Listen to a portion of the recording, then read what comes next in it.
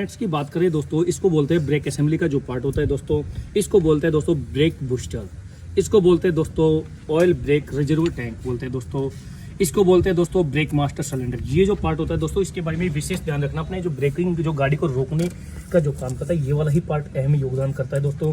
ये होता है दोस्तों ब्रेक मास्टर सिलेंडर। ये इसके बारे में मैंने आपको बताया दोस्तों। ये होता है ब्रेक ऑयल रिजर्व टैंक, ये अपना ब्रेक बूस्टर। ये वाली जो प्रेशर पाइप होते हैं इनको बोलते हैं brake master cylinder pressure pipe दोस्तों। एक आगे वाली जाती है, ये फ्रंट एक्सल के पास जाती है, ये अपना रियर एक्सल के पास जाती है दोस्तों। ध्यान रखना दोस्तों, एक्चुअली में दोस्तों ये किस लॉ पे काम करता है, ये दोस्तों पास्कल के सिद्धांत पे काम करता था। ब्रेक का जो यूनिट होती है ब्रेक असेंबली का, ये पास्कल के सिद्धांत पे काम करती है दोस्तों। ब्रेक जो पास्कल का सिद्धांत वो कहता क्या है, इसके बारे में आपको पता होना चाहिए। यानी किसी भी फ्लूइड यानी किसी भी द्रव को हम दबाते हैं, उसके ऊपर दबाव मारते हैं, तो एक दिशा में न जाकर एक दिशा में ही अपना बल को प्रेषित नहीं कर पाता। वो जिससे जितने उससे मार्ग निकलेंगे उन्हीं पे सभी पे एक साथ प्रेशर अप्लाई करेगा दोस्तों। तो जैसे अपन को पता होगा दोस्तों, अपनी गाड़ी में 4 टायर होते हैं। ऐसा तो होगा नहीं कभी कि ब्रेक लगाएंगे तो एक ही टायर अपना रुकेगा। रुकते चारों टायर जो रुकते हैं दोस्तों, जो अपना वर्क करते हैं,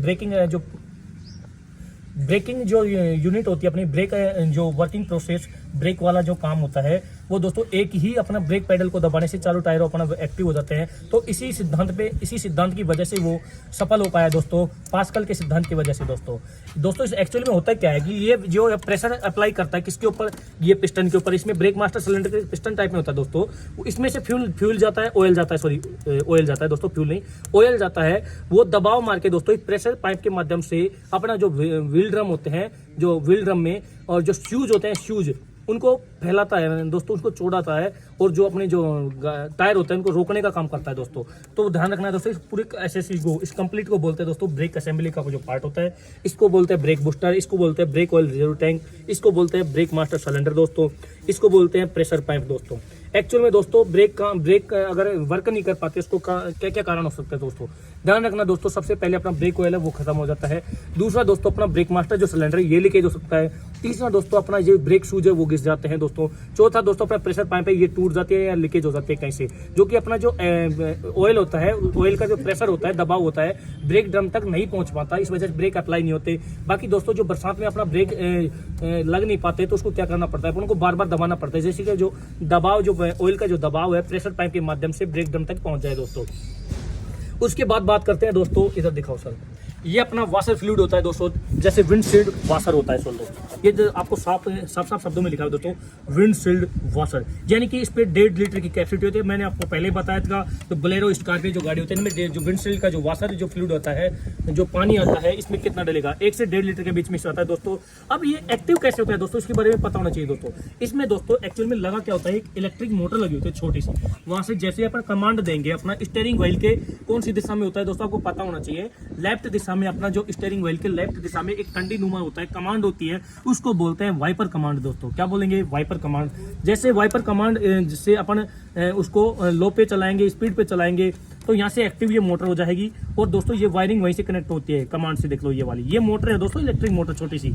ये करती है दोस्तों इस पानी को क्या बोलते हैं, थ्रोवर, इनको बोलते हैं दोस्तों थ्रोवर नोजल्स। ये क्या करती है, विंडशील्ड वाइपर जो विंडशील्ड होती है अपनी, जो स्क्रीन विंड स्क्रीन होती है, इसके ऊपर पानी को थ्रो करवाते हैं, यानी कि पिचकारी मारते हैं दोस्तों, और अपने वाइपर के द्वारा उसको साफ करने का काम करते हैं दोस्तों। तो ध्यान रखना दोस्तों, इसको विंडशील्ड जो रिजर्व टैंक बोलते हैं। इसमें दोस्तों अपन को पानी मैनुअल भरना पड़ता है। काफी बच्चे पूछते हैं सर पानी कहाँ से आता है, ऐसा तो होगा नहीं, मोटर है जब से पानी लाएगी तो दोस्तों अपन ओपन करके पानी डालना पड़ता है। ध्यान रखना यहाँ से, ठीक है दोस्तों, आज के बाद ध्यान रखना। तो आगे दोस्तों अपन इसी पार्ट में क्रम में चलते हैं दोस्तों। अपना दोस्तों ये वाला होता है, इधर लाओ सर दोस्तों। अब आप बात करते हैं फैन बेल्ट के बारे में, सबसे इंपॉर्टेंट जो पार्ट होता है व्हीकल मेंटेनेंस में दोस्तों। इसके बारे में हर बार क्वेश्चन पुटअप होता है दोस्तों। ये जो फैन बेल्ट होती है इसको बोलते हैं दोस्तों वी बेल्ट। क्या बोलते हैं, आपके ये दिल्ली पुलिस, सीआईएसएफ, डीआरडीओ में दोस्तों फैन बेल्ट्स का बहुत अच्छा योगदान है, क्योंकि गाड़ी के जो मेन जो कंपोनेंट्सों में गिनती जाती है, जान होती है, वो अपनी फैन बेल्ट्स भी होती है दोस्तों। अगर फैन बेल्ट्स अपनी वर्क नहीं करेगी, अगर टूट जाएगी तो क्या कारण हो सकते दोस्तों। सबसे पहले तो दोस्तों अपनी गाड़ी में क्या नुकसान होगा, गाड़ी ओवरहीट हो जाएगी। कैसे हो जाएगी दोस्तों, क्योंकि वो अपना वाटर पंप जो वर्क करता है वो नहीं कर पाएगा। दूसरा अपनी बैटरी चार्ज नहीं हो पाएगी, क्योंकि जो वी बेल्ट टूट ही जाएगी दोस्तों, वर्क ही नहीं करेगी तो अपना अल्टरनेटर काम नहीं करेगा, वो अल्टरनेटर काम नहीं करेगा तो दोस्तों अपनी बैटरी चार्ज नहीं होगी। तीसरा दोस्तों अपना कूलिंग सिस्टम का जो पार्ट होता है, अपना रेडिएटर फैन होता है, ये भी वर्क नहीं करेगा। तो दोस्तों डायरेक्टली अपन 4-5 इसके वर्क गिना सकते हैं। सबसे पहले अपना जो वाटर पंप है वो एक्टिव नहीं होगा, एक्टिव नहीं होगा तो ठंडे पानी को इंजन में प्रवाहित नहीं करवाया जाएगा। दूसरा दोस्तों अपना रेडिएटर की फैन वर्क नहीं करेगी। तीसरा अल्टरनेटर चार्ज नहीं होगा, तो सॉरी अल्टरनेटर चलेगा नहीं, जिससे अपनी बैटरी डिस्चार्ज हो जाएगी। तो दोस्तों डायरेक्टली अपन बता सकते हैं कि वी बेल्ट बहुत अपना अहम रोल अदा करती है गाड़ी में दोस्तों। तो अभी जब लॉन्ग टर्म पर अपना गाड़ी पे लॉन्ग ड्राइव पर गाड़ी जाते हैं लंबी दूरी के लिए, तो सबसे पहले दोस्तों अपनी वी बेल्ट को चेक करना जरूरी होता है दोस्तों। लाइट मोटर व्हीकल में वी बेल्ट को 60 से 70 हज़ार किलोमीटर पे चेक करवाते हैं। बाकी अपनी जो अगर इसमें किसी भी प्रकार का कट लग जाता है या लूज हो जाती है, घिस जाती है, तो इसको चेंज करवाना पड़ता है दोस्तों। तो दोस्तों आपको सभी को पता होगा वी बेल्ट का जो तनाव होता है, टेंशन, आपको सिलेबस में ये मेंशन किया गया है फैन बेल्ट टेंशन, यानी कि जो फैन बेल्ट होती है उनका तनाव कितना जरूरी है दोस्तों, उनका लूजपन। दोस्तों अपनी गाड़ी में चूं चूं की जो आवाज़ आती है कई बार जो फैन बेल्ट की वजह से होते हैं, जो ज़्यादा लूज हो जाते हैं, उसको टाइट करना, यानी कि नॉर्मल उसको इसकी पहचान कैसे दोस्तों फैन बेल्ट होता है अपना 1 से 1.5 इंच तक लूज होना चाहिए। जैसे दोस्तों ये रहा 1 से 1.5 इंच अपनी जो फैन बेल्ट है लूज है दोस्तों। ऐसा नहीं हो दोस्तों बिल्कुल ही टाइट हो या बिल्कुल ही लूज हो। अगर बिल्कुल लूज होगी तो आवाज़ करेगी दोस्तों, बिल्कुल टाइट होगी तो अपने इंजन को दिक्कत लोड पड़ेगा, उसके ऊपर ज़्यादा तनाव हो जाएगा दोस्तों। बाकी दोस्तों वी बेल्ट के 3 कार्य होते हैं, ध्यान रखना। सबसे पहला होता है क्या दोस्तों, वी बेल्ट क्या करती है दोस्तों, एक तो अपना वाटर पंप को चलाती है दोस्तों, जो कि ठंडे पानी को, जो अपना लोअर टैंक में जो पानी था रेडिएटर का, उसको किसमें पहुंचाएगी, इंजन में पहुंचाएगी। दूसरा दोस्तों अपना रेडिएटर फैन चलता है इससे। तीसरा दोस्तों अपना क्या होता है, अल्टरनेटर यूज होता है, अल्टरनेटर काम करता है। अल्टरनेटर का आपको सभी को पता होगा, अपनी जो बैटरी लगी होती है बैटरी वाली, इसको बार बार चार्ज करवाने के लिए दुकान पे तो ले जाएंगे नहीं दोस्तों।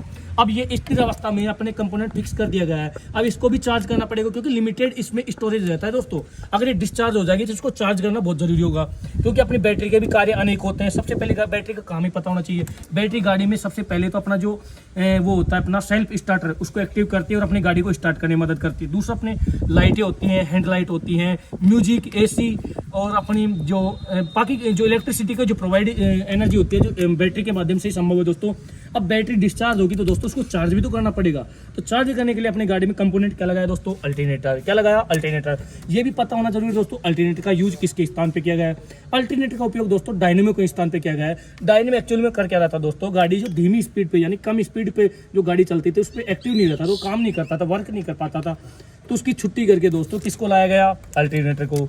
अल्टरनेटर का काम क्या होता है दोस्तों, कम स्पीड पे भी गाड़ी को, कम स्पीड पे भी अपने जो क्रैंक शाफ्ट है उसकी क्रैंक शाफ्ट के ऊपर मैन पुली चढ़ी होती है दोस्तों। मैन पुली से अपने दोस्तों ड्राइव लेता है, किसके माध्यम से, फैन बेल्ट के माध्यम से चाल प्रदान करता है, चाल लेता है और अपना कार्य शुरू करता है दोस्तों। ये चाल चलता है तो उसके माध्यम से क्या होता है, अपनी बैटरी चार्ज होती है दोस्तों। अल्टरनेटर काम होता है एक्चुअली में क्या दोस्तों, इसमें रेक्टिफायर लगे होते हैं दोस्तों, जो AC को DC में यानी कि अल्टरनेट करंट को डायरेक्ट करंट में चेंज करता है और अपनी बैटरी को चार्ज करता है दोस्तों। अब ध्यान रखना दोस्तों कि अल्टरनेटर होता है, अल्टरनेटर इसका काम सबसे पहले अल्टरनेटर और एक को होता है सेल्फ स्टार्टर, इसमें अंतर पता करना बहुत जरूरी है दोस्तों। वहाँ पे अगर खुले हुए पार्ट्स मिल गए तो आप घबरा नहीं जाना। अल्टरनेटर को वो होता है अपना सेल्फ स्टार्टर, उसमें अंतर पता होना चाहिए दोस्तों। जो अल्टरनेटर होता है अपना छोटा होता है दोस्तों, छोटा होता है, और जो अपना सेल्फ स्टार्टर होता है लंबे रूप में होता है, सेल टाइप में होता है दोस्तों। ठीक है दोस्तों, इसकी स्थिति पता करना दोस्तों। सबसे पहले जो अपनी जो वी बेल्ट होगी ना, उसके माध्यम से कौन सा पार्ट जुड़ा होगा, अपना अल्टरनेटर जुड़ा होगा, और अपना सेल्फ स्टार्टर नीचे फ्लाईव्हील के पास लगा होता है, तो इंजन के जस्ट नीचे दोस्तों। ठीक है दोस्तों, बाकी इसके बारे में ध्यान रखना। इधर दिखाओ सर एक मिनट दोस्तों, ये अपने होते हैं रेडिएटर फैन। रेडिएटर फैन इसका काम क्या होता है दोस्तों, ये अपने जो फैन बेल्ट के माध्यम से चाल मिलती है इसको, ये बाहर से अंदर की तरफ वायुमंडलीय हवा को खींचती है, और किसके माध्यम से, फिन्सो ट्यूब्स के टक्कर खा के, और जो हवा होती है अंदर आती है। जैसे टक्कर खाती है तो अपना जो पानी होता है कूलेंट का मिक्सचर ठंडा हो जाता है और इंजन को कूलिंग रखता है। अब बाकी इसमें बात करते हैं दोस्तों ये वाले कंपोनेंट्स। ये गाड़ी का सबसे अहम जो पार्ट होता है उसको भी ध्यान रखेंगे दोस्तों। ये होते हैं अपने डीजल फिल्टर। क्या होते हैं, डीजल फिल्टर दोस्तों। डीजल फिल्टर 2 टाइप के होते हैं, यानी कि 2 प्रकार के होते हैं दोस्तों, एक तो प्राइमरी वाला और एक सेकेंडरी।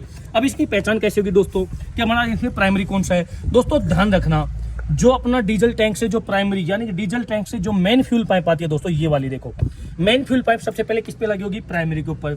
उसके बाद डीजल यहाँ से फिल्टर होकर, यानी मोटा मोटी जो कचरा होता है इसमें साफ हो जाएगा, और जो बिल्कुल जो नैनो रूप में जो एदर से जो महीन कण होते हैं इसमें से सेकेंडरी में से साफ होकर और अपना FIP पंप में जाएगा दोस्तों। अब दोस्तों ये वाला जो क्या सिस्टम लगा इसके बारे में पता होना जरूर। जब भी दोस्तों इसके बारे में बहुत ज़्यादा जानकारी जरूरी है दोस्तों आपको। जब आपने गाड़ी एयर यानी कि डीजल टैंक में जब फ्यूल खत्म हो जाता है तो गाड़ी एयर ले जाती है दोस्तों। एयर ले जाती है तो दोस्तों गाड़ी अपनी स्टार्ट नहीं हो रही है, पावर नहीं बना पाती। तो अपने क्या करते हैं दोस्तों, उस एयर को यानी कि वो एयर आ जाती है, उसको क्या बोलते हैं दोस्तों, एयर ब्लीडिंग प्रक्रिया बोलते हैं।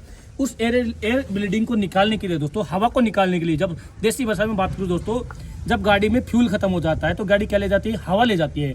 उस हवा को निकालने के लिए, कि एयर को निकालने के लिए, एयर ब्लीड को करने के लिए दोस्तों इस पंप को खोलना पड़ता है दोस्तों। ऐसे ये दोस्तों मैं आपको प्रैक्टिकल दिखा रहा हूँ दोस्तों। इसको जैसे ही खोलेंगे तो दोस्तों इसको दबाना पड़ेगा, ऐसे देखो दोस्तों, ऐसे दबाना पड़ेगा। मैं प्रैक्टिकली कर रहा हूँ ना, ये सब आपके लिए दोस्तों।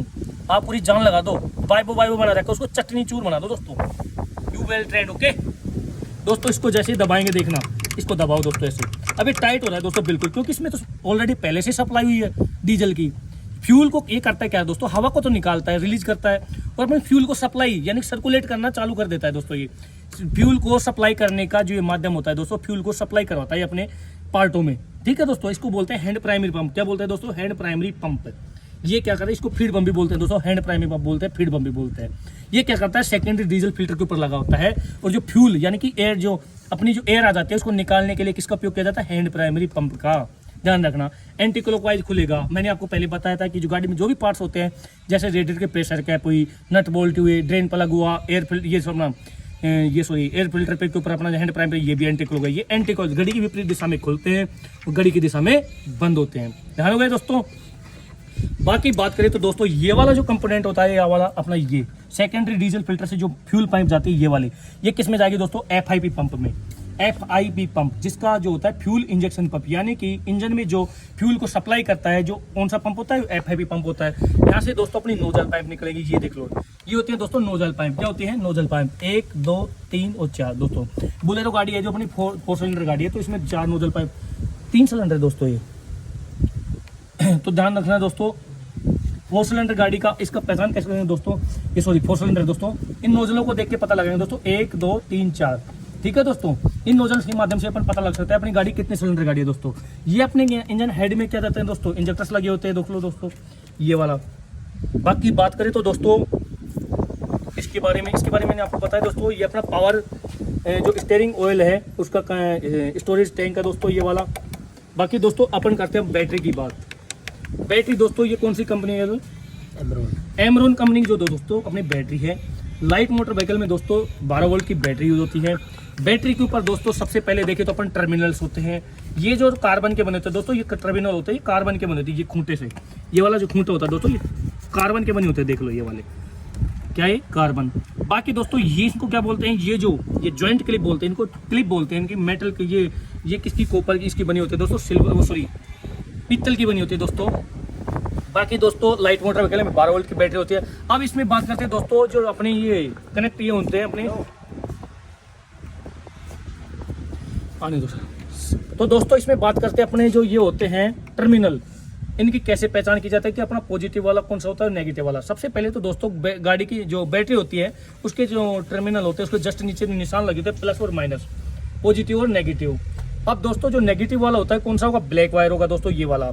आप सभी को पता होगा जो नेगेटिव वायर है जो गाड़ी के किसी भी पार्ट से जोड़े जाते हैं दोस्तों, ये जो यहाँ से कनेक्टर जा रहा है दोस्तों, ये वायर देख लो ब्लैक वाला, ये कहाँ से जुड़ा है देख लो, ये गाड़ी के किसी भी पार्ट से जुड़ा हुआ, यहाँ से जोड़ दिया गया है दोस्तों। ये अर्थिंग बनाने के लिए ये जुड़ा हुआ है, देख लो ये यहाँ से जुड़ रहा है दोस्तों। यहाँ से देखो सर, इसको दिखाओ, ये वाली ब्लैक जो केबल थी, ब्लैक वायर था, ये अर्थिंग के लिए लगा दिया गया है, किसी भी ऐसे मजबूत पार्ट से जो झटके से टूटे नहीं। ये हमेशा यहाँ से जुड़ा रहता है, कहीं भी जोड़ देते हैं दोस्तों, इसका फिक्स नहीं है एरिया, अर्थिंग बनाने के लिए दोस्तों, ठीक है। अब पॉजिटिव है दोस्तों ये वाला, ये कहाँ से जुड़ा होगा दोस्तों, अब देख लो, इसकी जानकारी बहुत जरूरी है दोस्तों। ये देख लो दोस्तों, ये अपना पॉजिटिव पॉइंट है दोस्तों, पॉजिटिव। और ये अपना दोस्तों सेल्फ स्टार्टर है दोस्तों, नीचे ये अपना सेल्फ स्टार्टर है दोस्तों, ये वाला सेल्फ। अब सेल्फ, ये तो गाड़ी को स्टार्ट करने में काम आता है तो दोस्तों।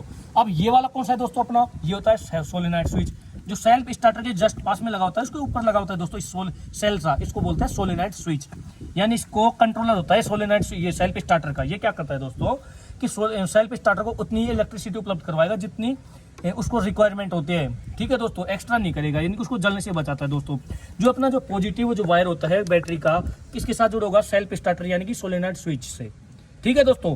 तो अगर गाड़ी आपकी स्टार्ट नहीं हो कभी, तो अपनी टर्मिनलों को चेक करना पड़ता है सबसे पहले कि करंट अपना फ्लो हो रहा है कि नहीं हो रहा। तो दूसरा दूसरा आपको पता होना चाहिए दोस्तों, नेगेटिव जो वायर है किससे जुड़ा हुआ है, अपना बॉडी से, गाड़ी के किसी भी पार्ट से जोड़ दिया जाता है अर्थिंग बनाने के लिए। पॉजिटिव होता है दोस्तों वो क्या, सेल्फ स्टार्टर के इससे जुड़ा होता है दोस्तों। सोलेनाइड स्विच है दोस्तों, चेक कर लेंगे दोस्तों, ये सोलेनाइड स्विच है दोस्तों, ये अपना पॉजिटिव वायर होगा, ये अपना नेगेटिव वायर होगा। इसकी पहचान मैंने आपको बताई 3 टाइप से की जाती है दोस्तों। सबसे पहले दोस्तों इसकी पहचान कैसे करेंगे दोस्तों, जो अपने टर्मिनल्स होते हैं, टर्मिनल्स उनके जस्ट नीचे क्या लगा होगा, प्लस और माइनस के चिन्ह होते हैं दोस्तों, उनसे पहचान कर लेंगे।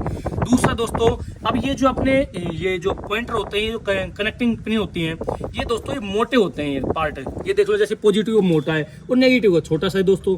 अब दूसरे दोस्तों वायरिंग के हिसाब से अपन पता कर सकते हैं, जो पॉजिटिव जो अपना जो वो होता है पॉइंट, वो दोस्तों रेड वाला होता है और नेगेटिव वाला ब्लैक होता है दोस्तों। ठीक है दोस्तों, अब बाकी बात करें तो इसमें कितनी प्लेट होती है दोस्तों, इनका लेवल कैसे किसके द्वारा बना जाता है दोस्तों। जब भी अपन गाड़ी को लंबे समय तक गाड़ी को खड़ी करें, यानी कि 2-4 दिन के लिए, तो उसमें जो अपने टर्मिनल्स है उनके ऊपर क्या आ सकता है, कार्बन। तो कार्बन नहीं आया, यानी कि बैटरी डिस्चार्ज ना हो, तो सबसे पहले कौन सा पॉइंट हटाएंगे, अपना जो नेगेटिव जो पॉइंट है इसको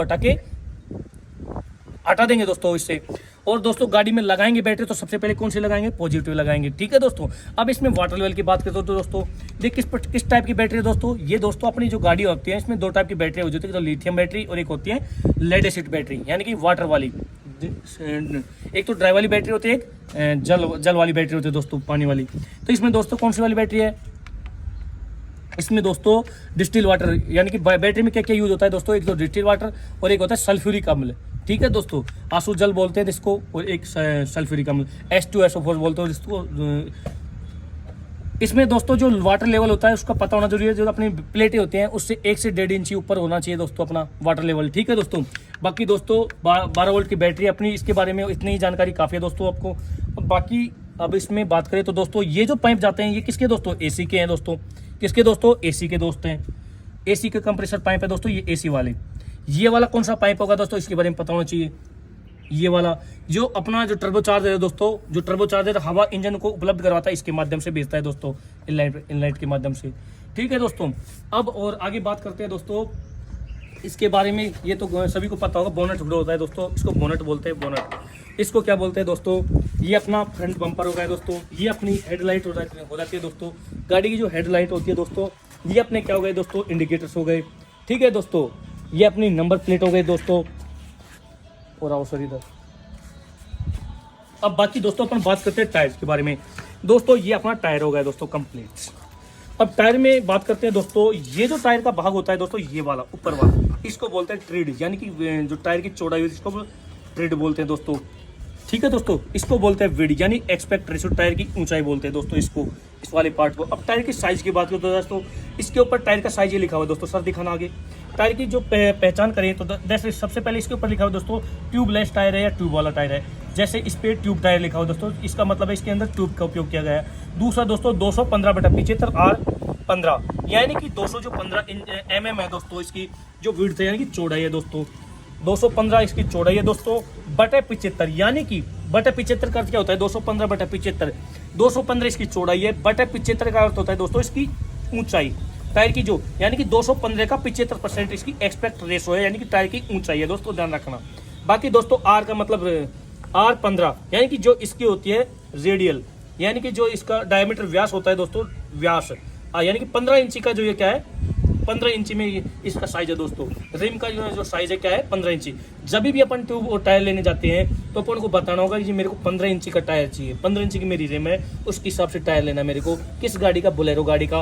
बाकी अपनी कंपनी आप बताएंगे, जैसे इसमें JK टायर कंपनी है, एक होता है MRF का टायर होता है दोस्तों अपना। बाकी अब इसमें बात करते हैं दोस्तों टायर कितने कौन सा अच्छा रहता है दोस्तों, तो दोस्तों टायर सबसे अच्छा होता है रेडियल टायर दोस्तों। रेडियल टायर में होता है क्या दोस्तों, कि अपनी जो बनावट होती है, सूत की डोरियां होती हैं, उनमें दोस्तों 90 डिग्री का कटाव उपयोग किया जाता है, यानी कि 90 डिग्री तारों को यूज किया जाता है। सबसे पहले तारों को गोल गोल घुमाया जाएगा, फिर उसको आधा भी उसके ऊपर वायरिंग वो तार नायलॉन के तारों को यूज किया जाएगा। ठीक है दोस्तों, अब इसकी बात करें तो दोस्तों टायर मैंने आपको बताया दोस्तों, बोलेरो गाड़ी का साइज का टायर है, कौन सा आएगा, 215/75 R15। 215 टायर की चौड़ाई है, यानी कि विड्थ है, 15 क्या इसकी ऊंचाई है, जिसको आप एस्पेक्ट रेशो ऊंचाई बोलते हो। R15 का मतलब होता है इसका डायमीटर, रिम का व्यास। ठीक है दोस्तों, तीन चीज़ों को आपको याद करना होता है। एक तो इसकी चौड़ाई को, एक इसकी ऊंचाई को, एक अपनी जो रिम का जो साइज है उसको। जैसे बोलेरो गाड़ी की जो रिम है उसका 15 इंची का साइज होता है, ठीक है दोस्तों। बाकी टायर सबसे अच्छा होता है रेडियल टायर, ठीक है दोस्तों। बाकी आप बोलेरो गाड़ी में टायर एयर की बात करें तो कौन सी एयर भरी जाती है, सबसे अच्छी एयर कौन सी रहती है दोस्तों? जो बोलेरो गाड़ी होती है उसमें अगले टायरों में लगभग 32 से 35 पाउंड हवा भरी जाती है दोस्तों। 32 से 35 पाउंड यानी कि पाउंड में भरी जाती है दोस्तों। जो टायर का प्रेशर होता है पाउंड में जाना जाता है दोस्तों, PSI यानी पाउंड पर स्क्वायर इंच, ठीक है दोस्तों। बाकी नाइट्रोजन इसमें एयर अच्छी रहती है दोस्तों टायरों में। नाइट्रोजन कब रहता है दोस्तों? जब लंबी दूरी तक अपना गाड़ी दूरी तय करती है तो रोड के साथ घर्षण की वजह से टायर गर्मा जाते हैं। अब गर्माएंगे तो दोस्तों इसमें क्या होता है, जो एयर होती है, जो साधारण हवाएं गर्म हो जाती है, लेकिन नाइट्रोजन अगर यूज करेंगे तो अपनी जो वायुमंडलीय जो वो गैसें होते हैं उनके साथ क्रिया नहीं करेगी, अपना जो स्वभाव है समान रखेगी, गर्म नहीं होगा टायर, ठीक है। उससे क्या अपना टायर गर्म नहीं होगा तो टायर फटेगा नहीं, ट्यूब विस्तारित नहीं होगी और फटेगी नहीं, ठीक है दोस्तों। और हादसे की जो घटनाएं होती है नहीं घटेंगी। तो आपकी बात ध्यान रखना दोस्तों, नाइट्रोजन इसका हवा का उपयोग किया जाता है टायरों में। बाकी बात करें तो दोस्तों हवा किसके माध्यम से भरी जाती है, तो दोस्तों अपना हवा है जो कंप्रेसर पंप के द्वारा तो भरी जाती है दोस्तों। कंप्रेसर पंप इसको बोलते हैं दोस्तों एयर फिलिंग वाल्व बोलते हैं दोस्तों, एयर फिलिंग वाल्व। ये जो एयर फिलिंग वाल्व होते हैं, एयर फिलिंग वाल्व कैप हो गई दोस्तों, ठीक है। अब इसमें हवा किसके द्वारा चेक की जाती है ये भी पता होना चाहिए दोस्तों। हवा टायरों में प्रेशर गेज के द्वारा चेक की जाती है दोस्तों। अगले टायर में 32 से 35 पाउंड हवा होगी, पिछले टायर में होगी दोस्तों 35 से 40 पाउंड, ठीक है दोस्तों। बाकी दोस्तों इस टायर के बारे में आपको ज़्यादा और आगे दोस्तों देख लो, ये अपना होता है व्हील ड्रम दोस्तों। ये अपने रिम हो गए, ये अपना क्या हो गया हब हो गया दोस्तों। ये अपने स्टड नट होते हैं दोस्तों, ये जो नट होते हैं स्टड नट होते हैं दोस्तों। अब रिम को स्टेपनी को चेंज करने के लिए क्या क्या दसाई कंडीशंस होती है दोस्तों अपनी। अगर अपना टायर पंचर हो गया, किसी भी फट गया तो इसको चेंज करेंगे तो कैसे करेंगे दोस्तों? सबसे पहले दोस्तों अपने टायरों को क्या लगाएंगे, स्टॉपर, जिसको आप ओट बोलते हो, ठीक है दोस्तों, स्टॉपर। उसके बाद दोस्तों स्टड नट को अपन इसके माध्यम से लूज करेंगे, खोलेंगे एक बार, हल्का सा लूज करना पड़ता है दोस्तों।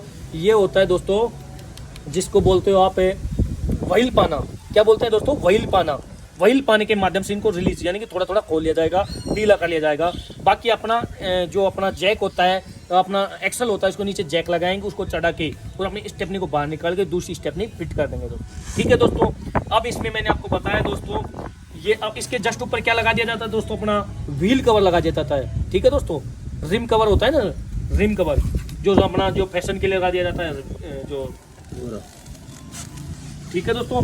अब इसको क्या बोलेंगे दोस्तों, ये अपने फेंडर होते हैं दोस्तों। ये फेंडर क्या होते हैं? फेंडर ये क्या करते हैं, टायर के साथ जो धूल मिट्टी होती है, मिट्टी या कीचड़ होता है, उसको पीछे जाने से रोकता है, किसी अपने पार्ट्स को मिट्टी लगने से बचाता है दोस्तों। इसको फेंडर बोल देंगे। इसको क्या बोलते हैं? फुट बोलते हैं दोस्तों, फुट पैडल, ठीक है दोस्तों, फुट स्टेप। बाकी दोस्तों अपन इसके अंदर के बारे में बात करते हैं दोस्तों। सबसे पहले आपको बैक स्टॉप करो यहाँ से, अब एक वीडियो शूट कर लो।